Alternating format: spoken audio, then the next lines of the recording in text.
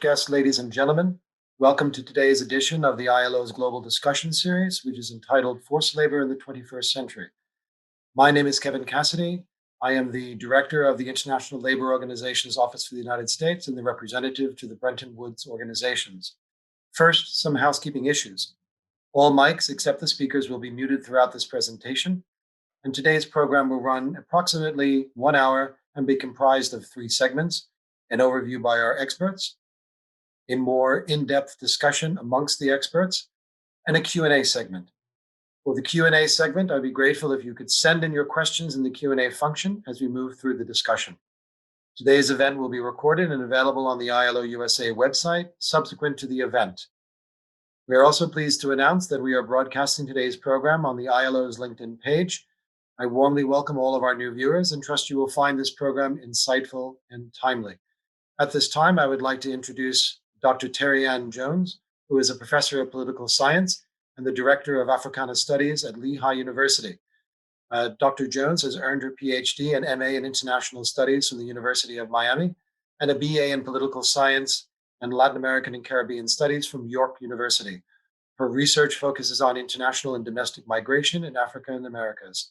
Dr. Jones, the floor is yours, please. Thank you, Kevin, for that kind introduction. In addition to you, Kevin, and your entire ILO team, I would like to thank you and my co-organizers, Bill Hunter and Siri Elang, both of Lehigh University. It is my pleasure and honor to introduce our panel of speakers. Hutan Homayanpour is a technical specialist on forced labor based at ILO headquarters in Geneva. He regularly advises ILO tripartite constituents, that is, governments, employers, and workers, on legislation, policy, and strategies against forced labor and human trafficking. Additionally, he supports field colleagues in all regions on development cooperation projects, combating forced labor and human trafficking, and develops global campaigns for its eradication. Previously, he was the head of the ILO Project Office for the state of Qatar. In this capacity, he oversaw the implementation of a comprehensive 3-year program on labor rights, while also acting as the focal point of the ILO Regional Office for Arab States in Qatar. Dr. Silvani Silva is a historian and an activist. She received a PhD in social history from Pontifical Catholic University in Sao Paulo. Her research interests are on African and Afro-Brazilian history. Her activism spans decades, teaching and training Indigenous and Quilombola teachers and working with Quilombola women leaders to address the struggles of the Brazilian Black movement. She is co-editor of the book, Quilombola Narratives, Dialogues, Knowledge, Communication. She works as a teacher and researcher on the themes of Afro-Brazilian history and culture and education for ethnic relations and Quilombola school education. And I'll leave it to Dr. Silva to explain to you what Quilombola refers to. And last but not least, we have Cornel Viljoen, who's the Reach Coordinator for A21 South Africa, an anti-human trafficking organization. She has been leading the Prevention, Awareness, and Education Department for the past 5 years. Cornell is motivated to see people equipped with tools to prevent them from becoming victims of modern-day slavery. Her work entails awareness events, presentations, and advancing education programs. She has trained over 500 frontline professionals and pioneered new projects. She believes that collectively, we can combat this injustice called human trafficking. Welcome, panelists, and welcome to our guests all over the world. My first question for the panelists. We often talk about slavery as a phenomenon of the past. What are some of the ways in which forced labor in the 21st century resembles African enslavement in the Americas? And what are some of the ways in which they are distinct?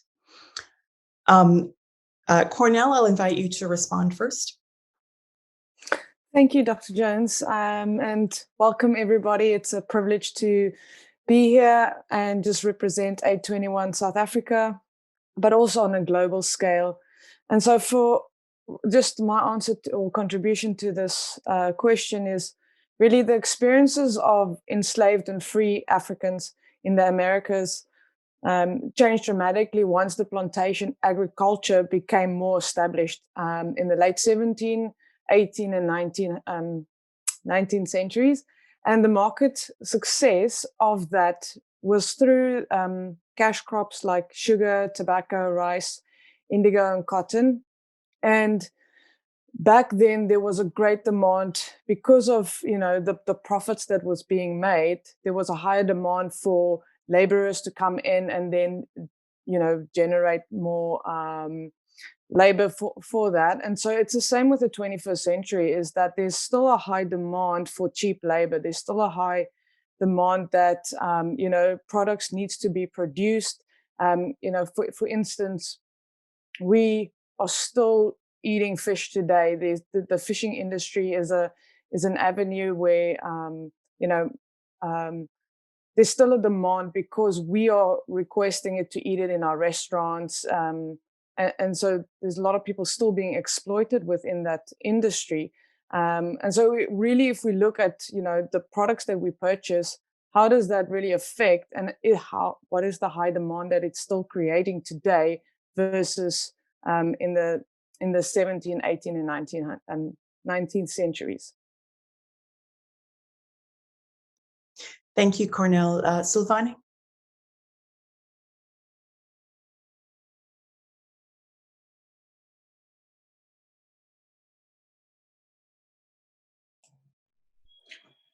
Olá, gostaria de agradecer, né, o convite para participar desse debate tão importante e necessário,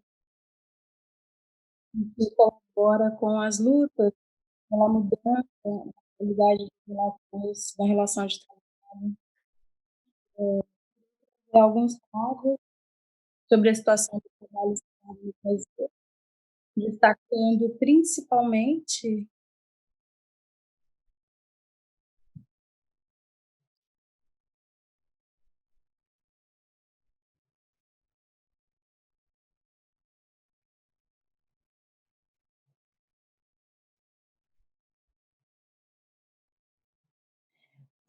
nesse primeiro momento, gostaria de dizer que, de acordo com o painel de informações estatísticas de inspeção do trabalho no Brasil, organizado pela Inspeção de Trabalho no Ministério da Economia, foram 942 trabalhadores em 2020, de acordo com informações atualizadas em janeiro de 2020. Então, desde 1995, desde que o Brasil nasceu diante das Nações Unidas, a persistência do trabalho escravo, quase 56 mil pessoas foram resgatadas. A falta de discussão, a pobreza, a ausência de um debate mais amplo faz com que a cultura das relações de trabalho no Brasil, para uma parte da população, não seja análoga à relação senhor-escravo, período de escravização de africanos, que oficialmente ocorreu entre os anos de 1540 e 1508.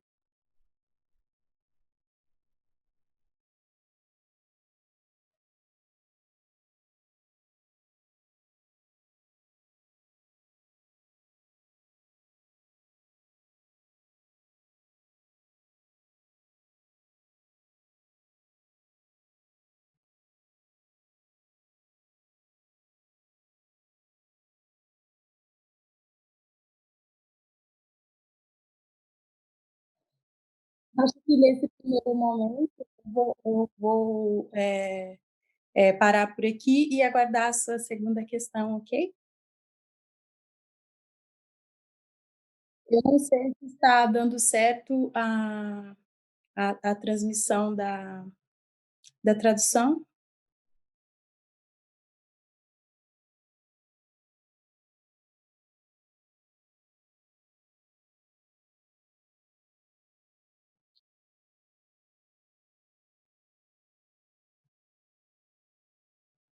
I'm able to hear it. And I'm seeing from some of the attendees that, yes, they're able to hear it.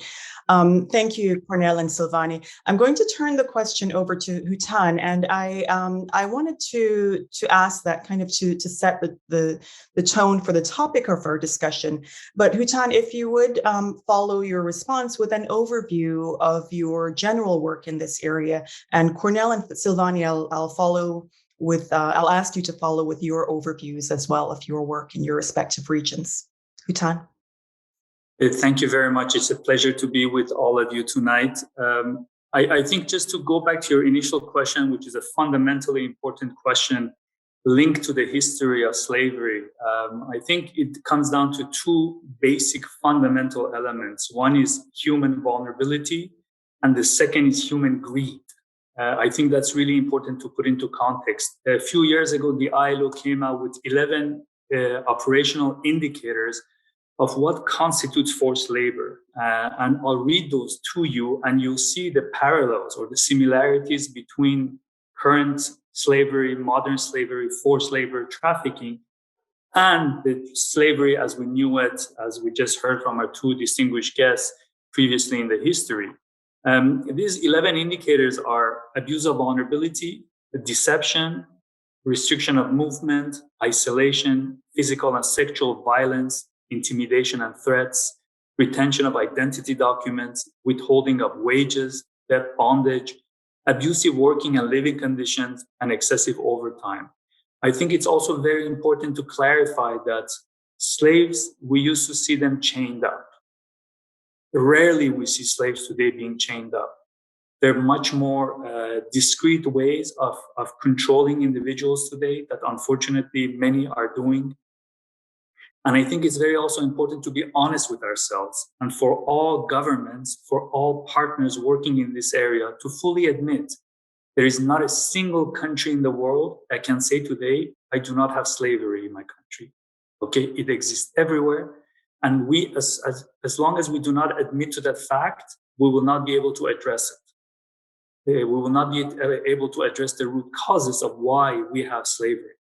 I think it's also very important to remind ourselves that today, around the world, the estimates that we have done with Walk Free as well as IOM a number of years ago, in 2018, I believe, was 25 million men, women, and children are forced to work against their will under threat. We're working with partners to come out with the new global estimates later this year. I think these global estimates are really important, not to only raise awareness and shine light on the actual problem, but also to have a baseline for ourselves and to be able to measure our own work. Because it's very nice for me to sit here and tell you we're doing fantastically well all over the world, but I'll be lying. We need to have a baseline so that we can measure our success and failures and adjust quickly. Going to our programmatic areas all over the world, we have projects, very much thanks to collaboration with many governments, including the US. We have projects in Nepal, we have projects in Mauritania dealing with the issue of intergenerational slavery. We have projects in Brazil, in the Amazon, reintegration of previously found forced laborers, reintegrating them into the formal economy in order to break this vicious cycle of vulnerability. We have it in Peru, we have projects in Europe. So really, it's a broad range of areas of work that we cover. And it goes from reintegration to training labor inspectors, to raising awareness on the issue, to helping member states improve legislation, basically in all these areas. And I think I'll stop there and thank you. Thank you, Hutan. Cornell, could you tell us a bit about the work that you do with A21? Yes. So A21, we focus on reach, rescue, and restore, and we're based in South Africa, within the African continent. And then we also have 17 other offices around the world. And we really focus on the prevention of people becoming victims in the first place. And then our rescue team hosts the National Human Trafficking Hotline for the country. And we've got various government departments, NGOs, referrals organizations that assist in what is the immediate needs of the survivors that's just been rescued through either a raid, working with law enforcement.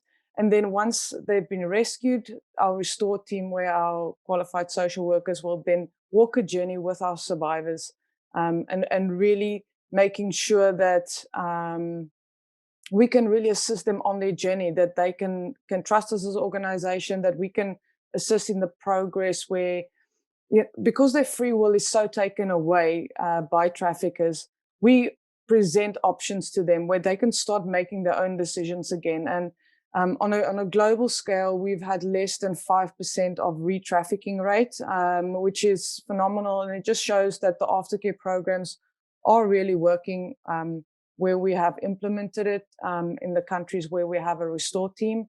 And so we sort of take it full scale. We want to prevent as many people from becoming victims. And then we also want to see many rescued out of this injustice. Thank you, Cornel. And Silvani, could you tell us about your work in the Brazilian context?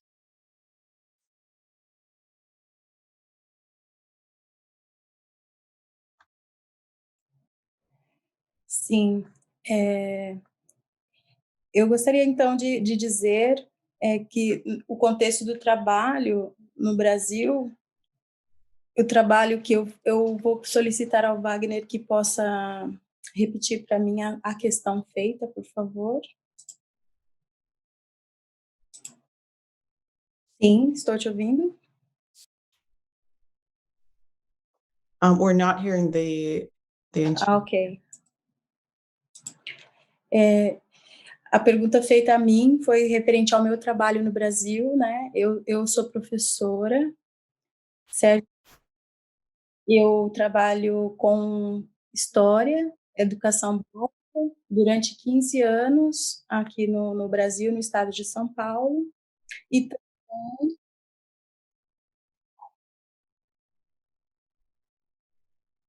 também realizo formação de professores com as temáticas educação para as relações étnico-raciais e educação escolar quilombola e indígena.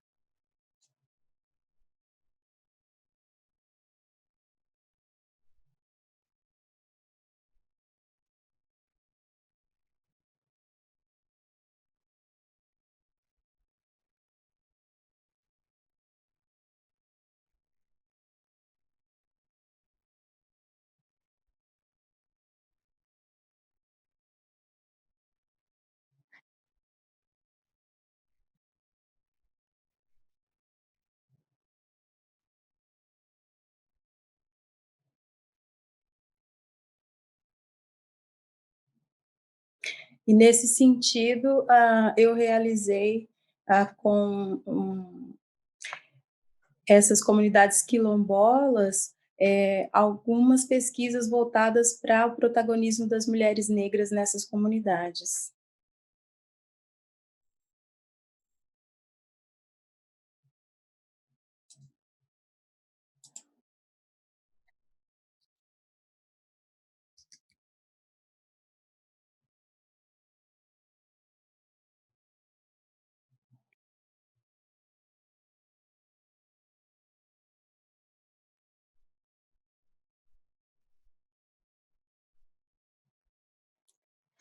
E hoje eu gostaria de trazer aqui para vocês, então, com base nesses trabalhos realizados, os dados que temos aqui no Brasil referente a essa persistência, né, do trabalho escravo e trabalhos análogos à escravidão aqui no Brasil, como uma característica da permanência de um racismo estrutural estruturando as relações aqui no Brasil.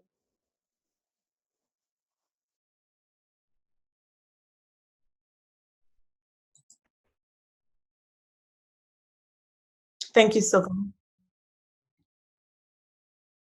I'm sorry, were you continuing there? Vocês não estão conseguindo ouvir?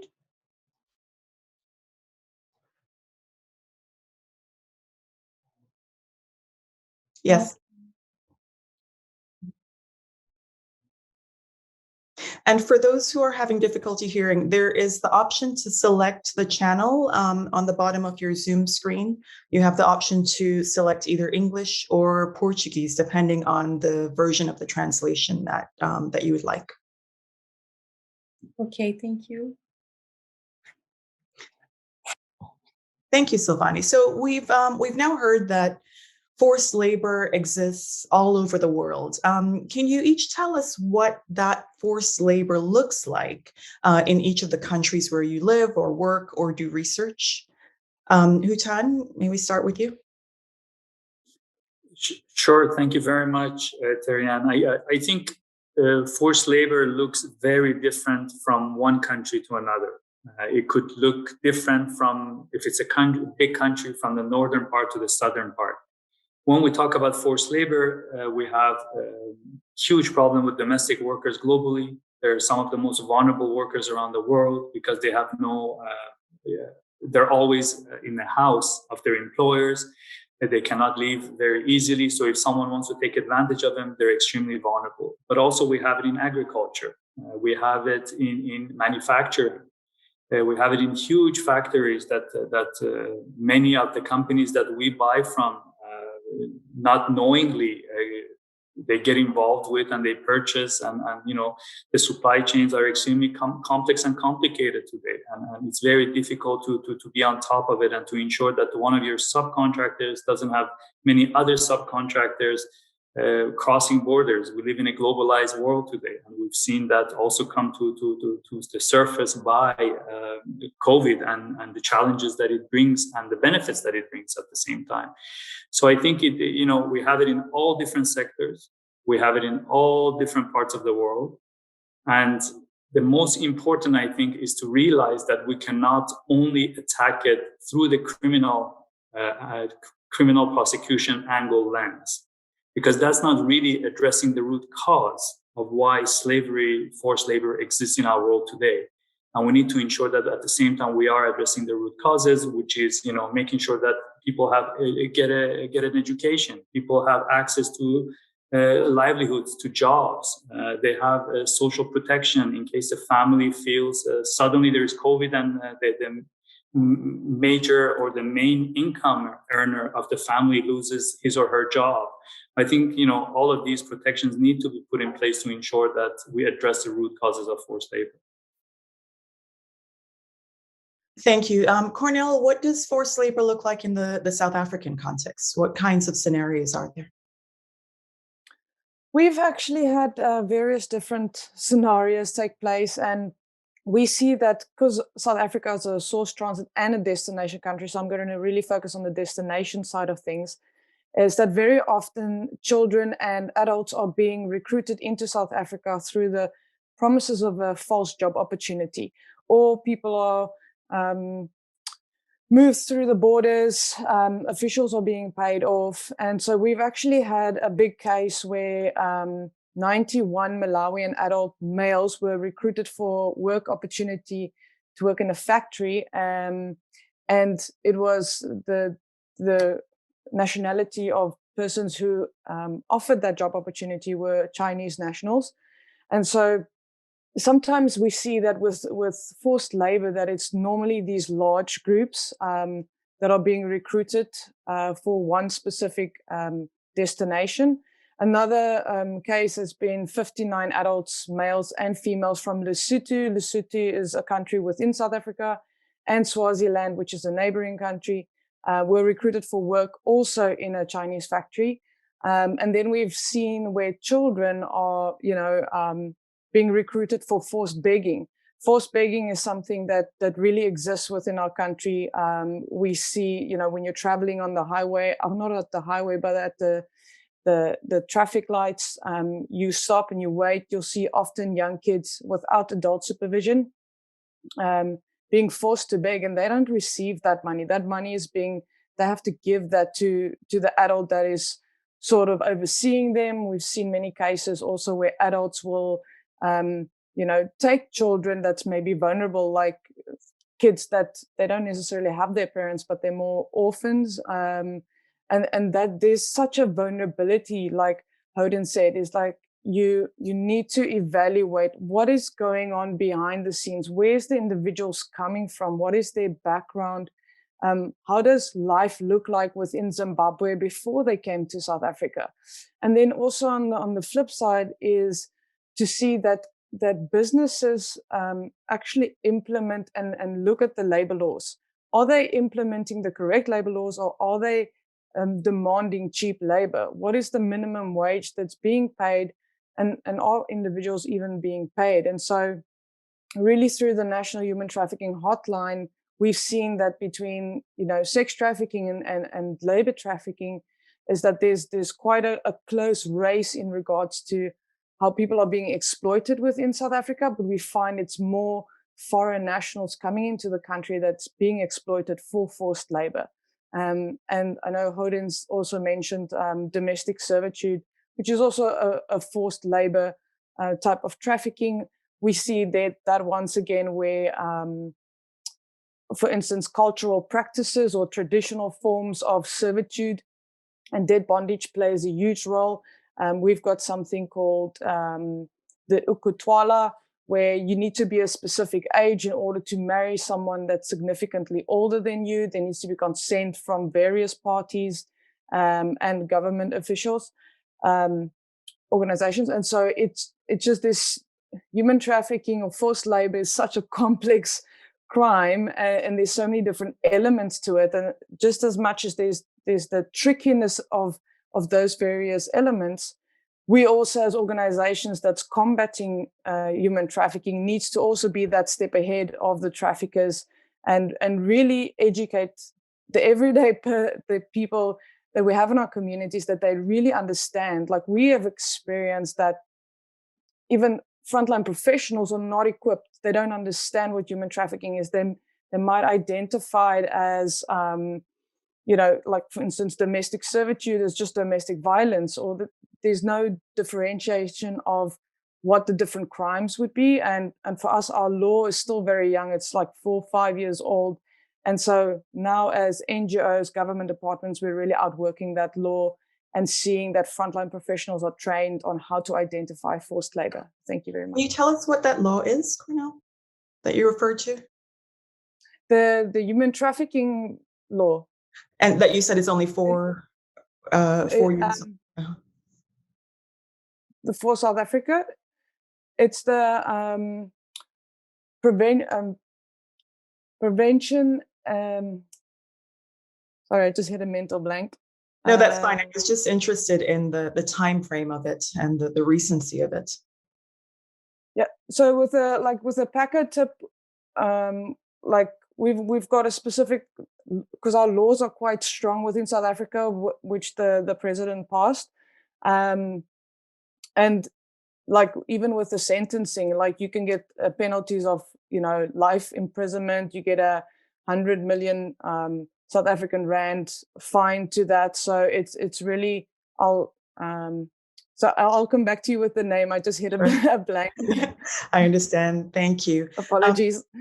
Silvani, what is the Brazilian context like? What does forced labor look like in Brazil?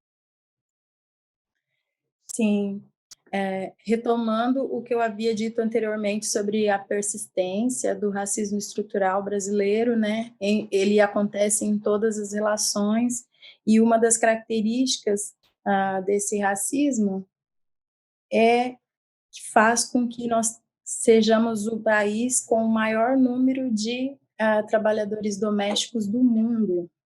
Então, isso mostra o quanto ainda as relações de trabalho no Brasil se estruturam, tendo em vista que a maior parte desses trabalhadores domésticos, eles são pessoas negras, né? E em sua maioria, mulheres negras.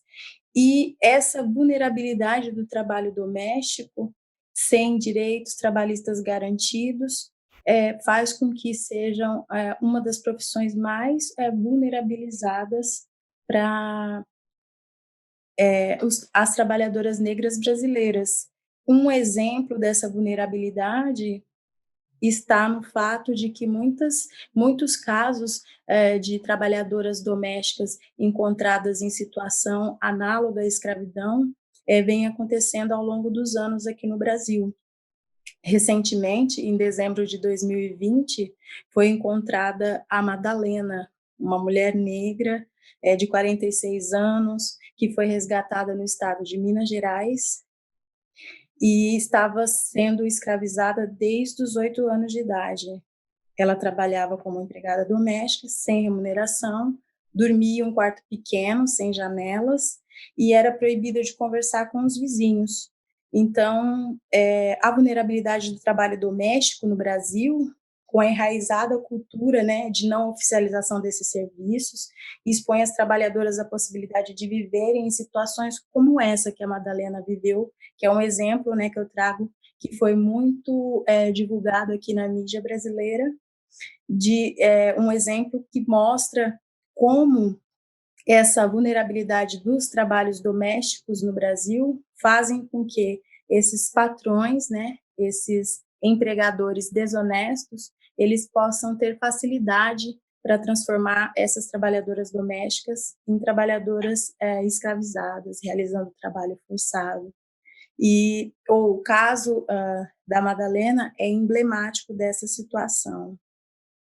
Outro caso que também acontece aqui no Brasil, que é relacionado às questões de gênero, é o caso do trabalho sexual. Também aqui no Brasil, um grande número de mulheres são escravizadas sexualmente, né? E, infelizmente, ainda possuímos poucos dados referentes a essas mulheres que são escravizadas sexualmente.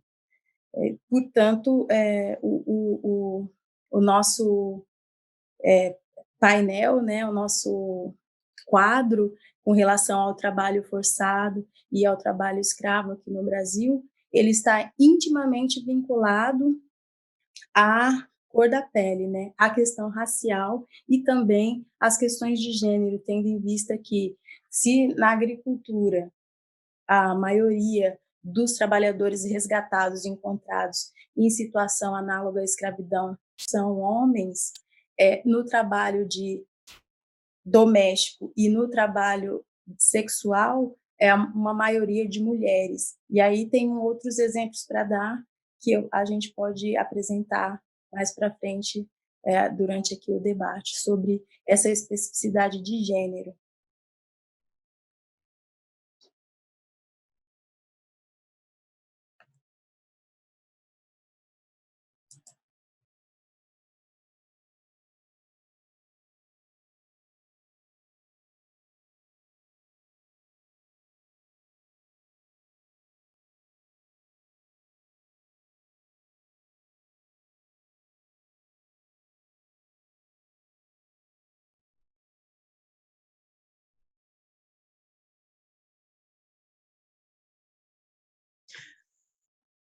Thank you, Silvani. I am going to ask one more question before we move on to the audience's questions. Now, forced labor seems to transcend different regions, countries, and societies.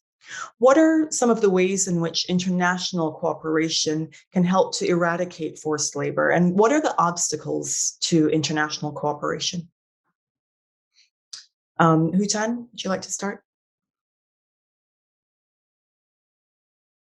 Thanks very much. I think international cooperation is key. It's, again, fundamentally important, not only to exchange information between each member state, for example, or between NGOs, between ministries of labor inspectorates, border controls, but also prosecutors exchanging information in order to ensure that the prosecution is successful, but also to share lessons learned.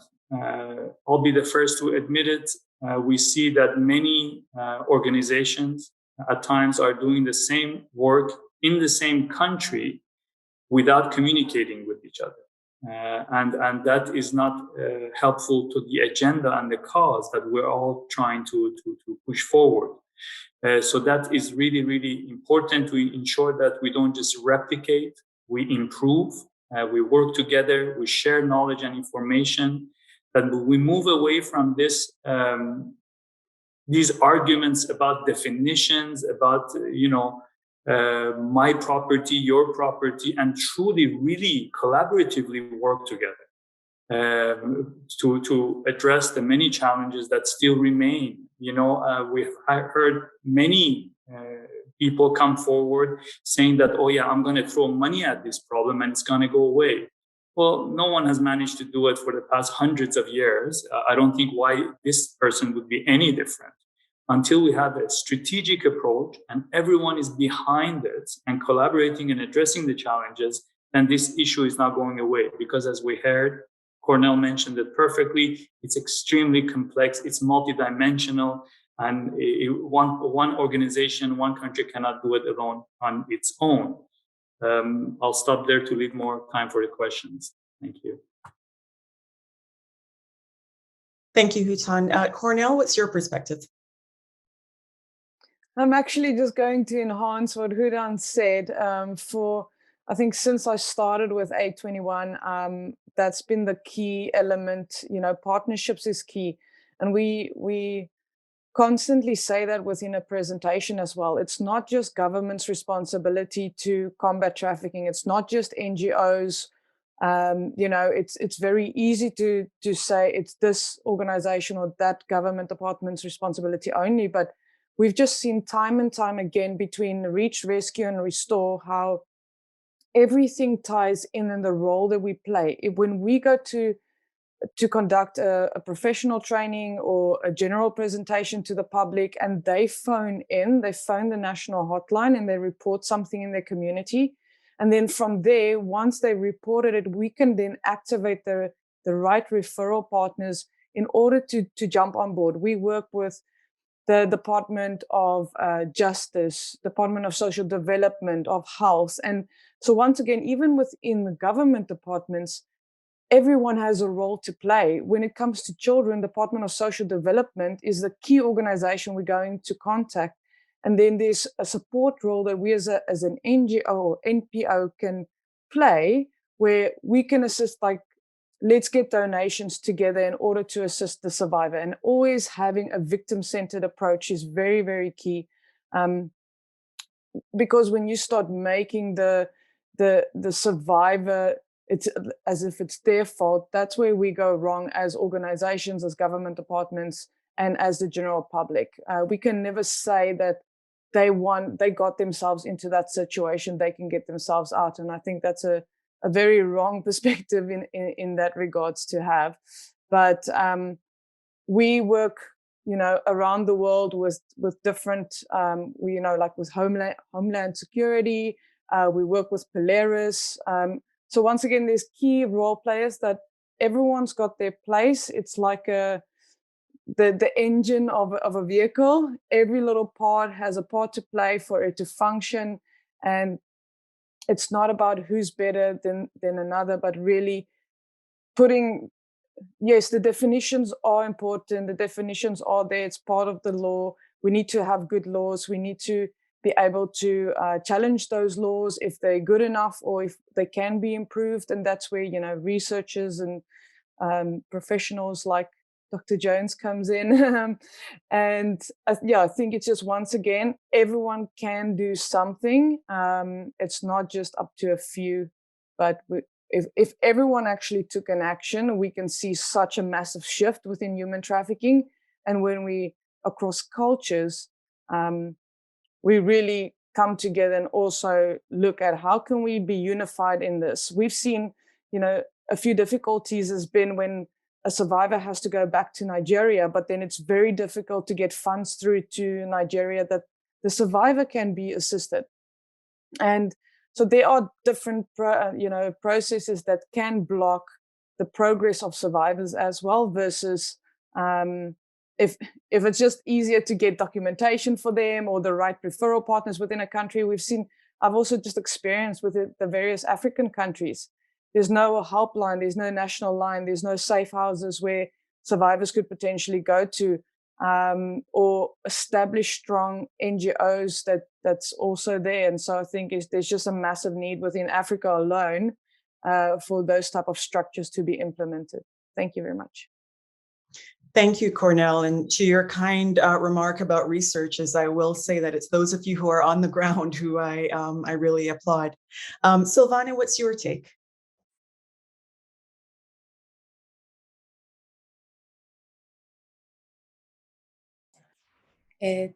Sobre como as corporações, né, podem contribuir para a eliminação do trabalho escravo no Brasil, eu penso que nós precisamos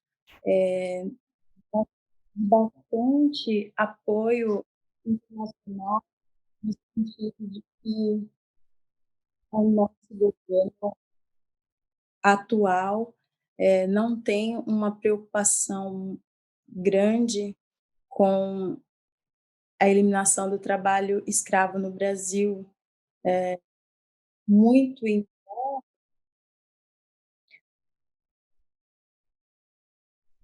anos de diversos programas que estão específicos para a eliminação desse trabalho escravo e esse trabalho forçado. Do meu ponto de vista, eu acredito que uma coisa importante a ser feita aqui no Brasil são os debates voltados para a eliminação do trabalho forçado.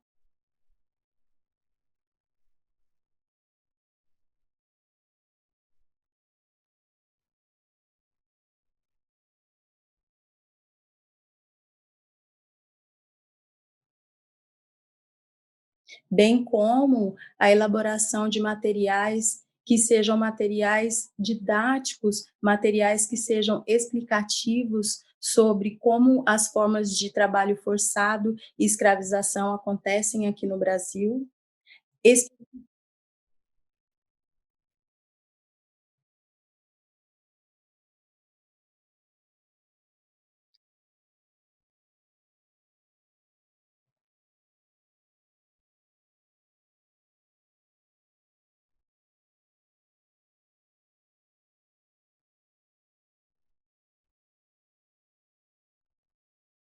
Especificamente no que se refere à questão do tráfico de pessoas, em que meninas e mulheres muitas das vezes são capturadas, né, em sites da rede social com promessas de trabalho como dançarinas, como modelos, e que depois acabam sendo escravizadas sexualmente. Então,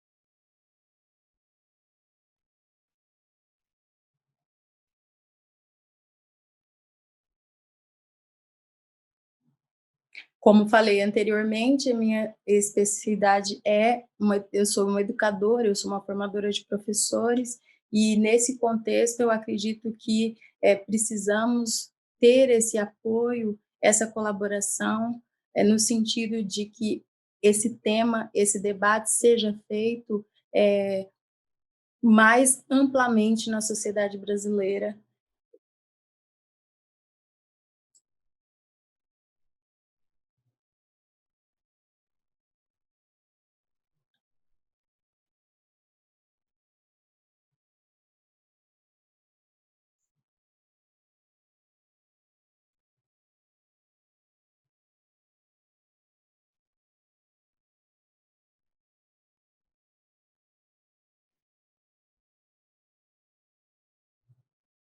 Tendo em vista que nós temos alguns programas, temos fiscais do trabalho, temos esse trabalho sendo realizado aqui no Brasil. No entanto, a necessidade de um número maior de políticas voltadas para a eliminação desse trabalho forçado, do trabalho escravo, e na prevenção dessa captura, né, que pode acontecer com essas meninas e essas mulheres nos tempos atuais. Então, eu acredito nesse processo formativo e disseminativo relacionadas a temas.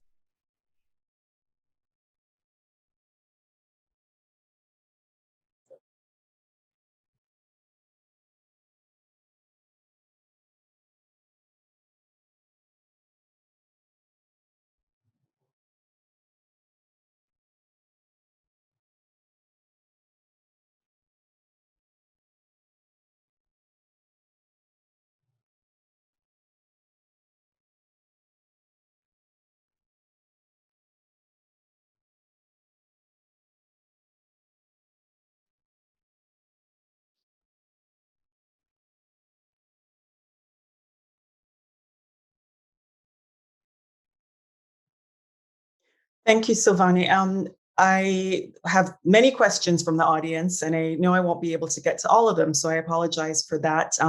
But if we can have some concise responses. Hutan, I'll ask you this question that asks if any examples of particularly good practice with respect to intergovernmental cooperation to address trafficking. Thank you for that question. Yes, definitely.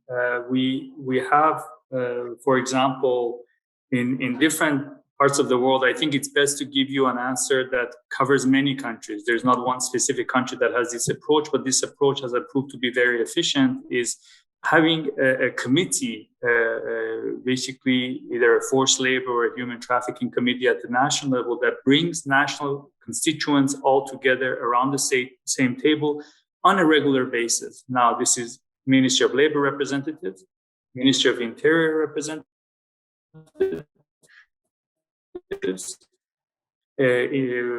private sector, employers, organizations, representatives, trade union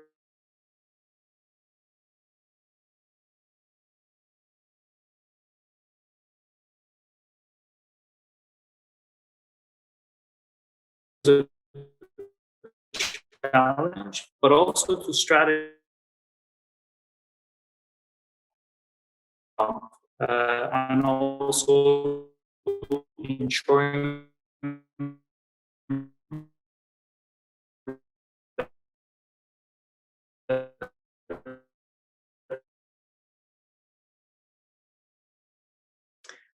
It looks like Hutan may be having some internet connectivity concerns. Sorry, can you hear me now? Yes.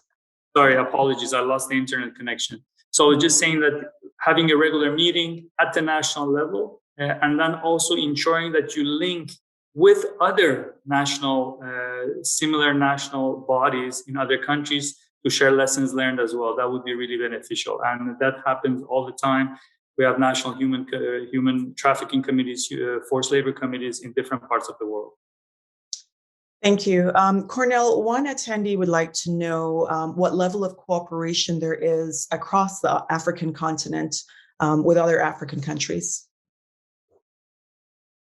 We often get that question, and because obviously South Africa alone is so big, I know that on a government level that there's definitely connections that's being made. I know that on a national level, the Department of Employment and Labor has started a process to develop a national migration policy as per instructions by the Minister of the Southern African Development Community region. So they're definitely looking at how can we work together country to country, because the need is there. They can see that vulnerable people are being moved from country to country, and it's just very important to address the migration issues that's happening also.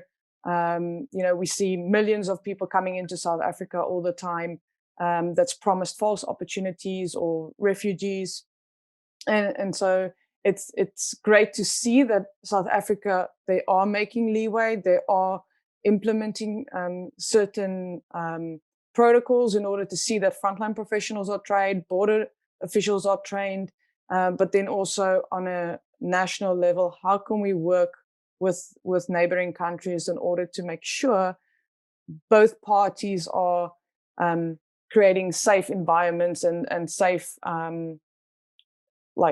employment opportunities for their citizens. Thank you. Thank you, Cornell. Silvani, Brazil has had a good record of in some ways preventing slavery in the past. Have things gotten worse? And I'm going to combine that question with another audience question with regard to labor unions. Is there a stronger role for labor unions in the Brazilian context?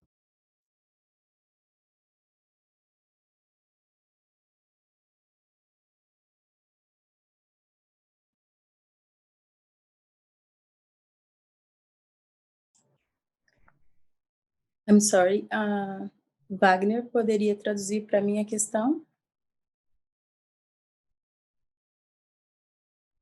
I'll summarize it as what went wrong in Brazil? I'm just asking the translation. Sim, agora sim.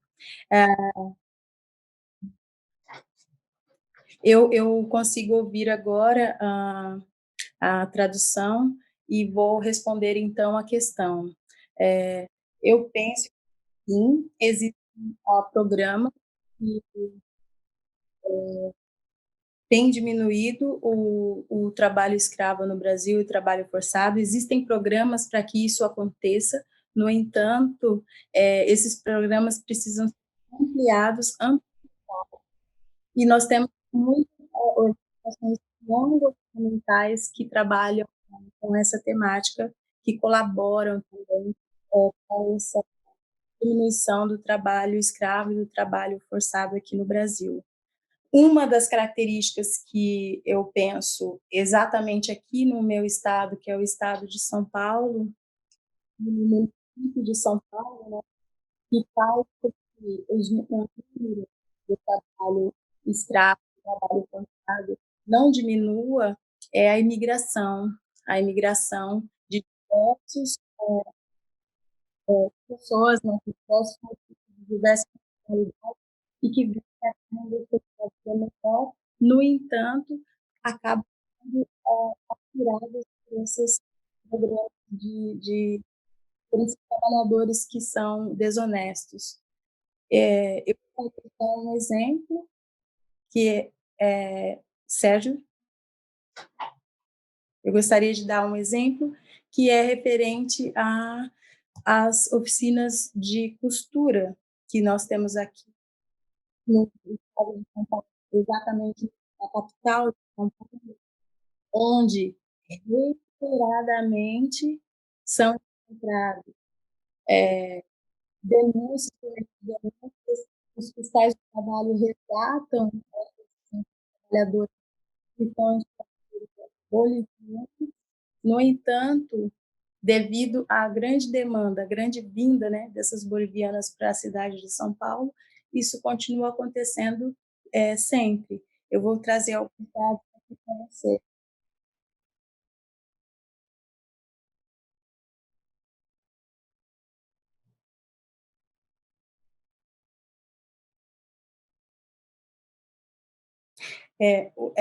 Nesses ateliês, nessas oficinas de cultura, por exemplo, no mercado de trabalho, um total de 430 trabalhadoras foram resgatadas.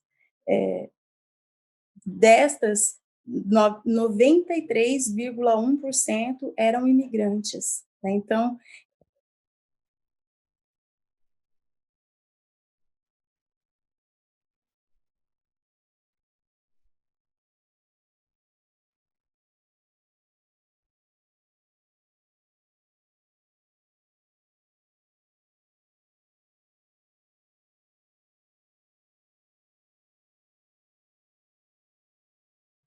portanto, apesar de existirem as políticas de fiscalização, de resgate dessas trabalhadoras, existe uma constante demanda, Não existe, ou às vezes as mesmas pessoas acabam voltando para a mesma situação de escravização. Então, o que está dando errado, né, você me perguntou?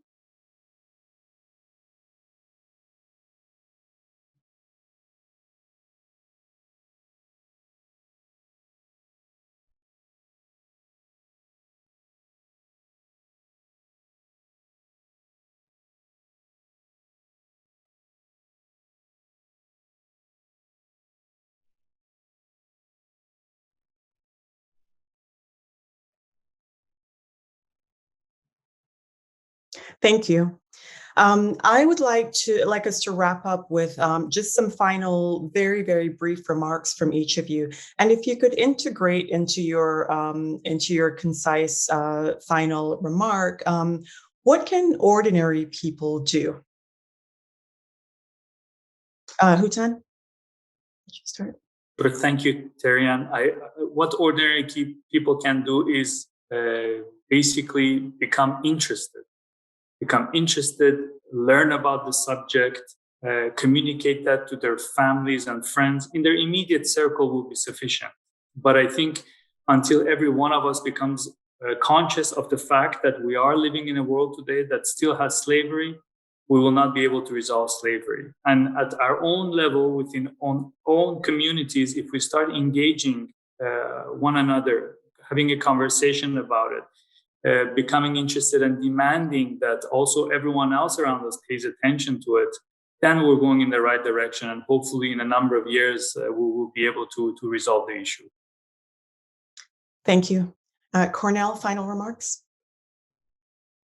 There's so much the everyday person can do. I think number one is find out if your country has a national human trafficking hotline, and also save that number in your cell phone. Don't yes, you also need to phone the police, which is very important, but I think you can learn so much from a national hotline where they can give you tips on the various types of trafficking, what are the potential signs in the individual if they're being trafficked or being groomed.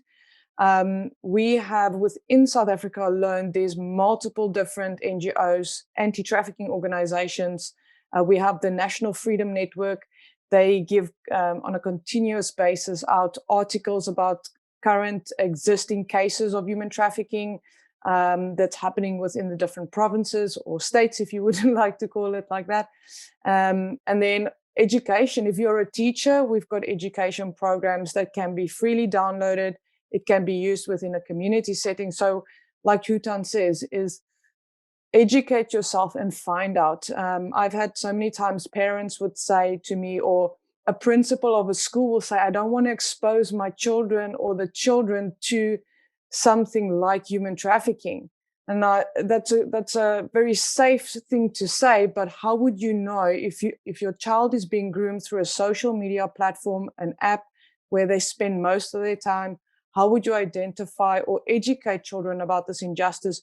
And so I think it's just really important, even though it's been advertised as the scary hand across the face type of scenario, there are organizations, great organizations, and also go to your local police station and ask them, how can I help to bring awareness in our community? And can we do a community event?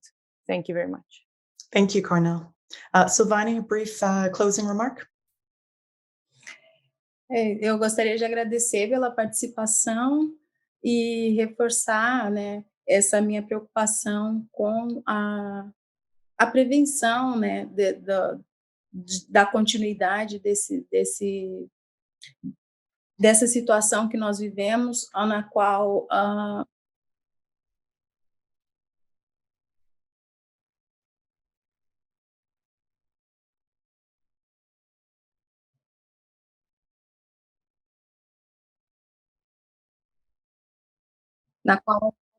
as raciais, né, fazem com que alguns corpos, algumas pessoas, elas possam ficar tão vulnerabilizadas que podem ser, então, abusadas e muito facilmente cooptadas por esses empregadores desonestos, né? Então, é necessário que as organizações internacionais são 58 no Brasil, 50 políticas públicas nacionais, mas que as pessoas comuns, né, como você mencionou, que tenha esse olhar específico para as questões raciais, para que não possa a população negra brasileira continuar sendo vulnerabilizada e estar tão propensa a essa ao trabalho forçado, ao trabalho constante. A gente conseguir, de fato, transformar essa realidade.